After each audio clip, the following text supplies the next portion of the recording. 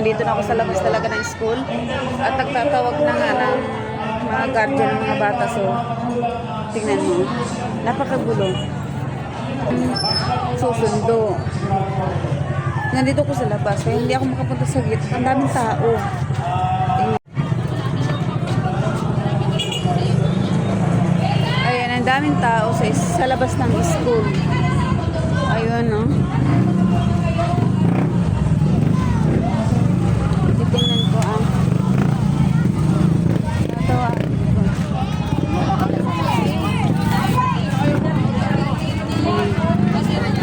Nagkagulo ba?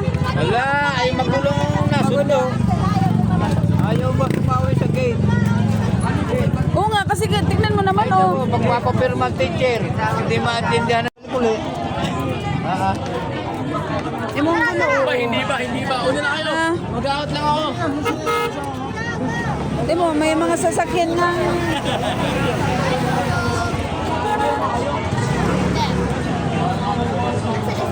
Nandun yung bike. Napakagulo, grabe. Ang daming mga tingmo sa gate ng labas.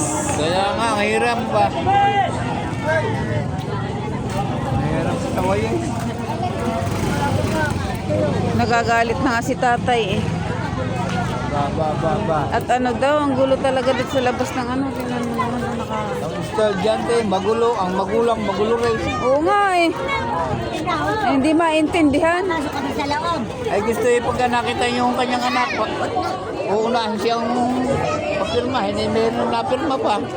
Ano? Ay, mali yun. Iba-iba naman silang teacher, eh.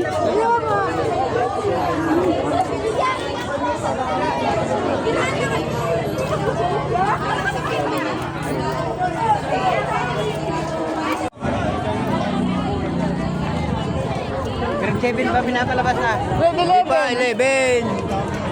Ang inuna, grade 12, 11, 10, 8, 9, 8. O, susunod pa yung 7.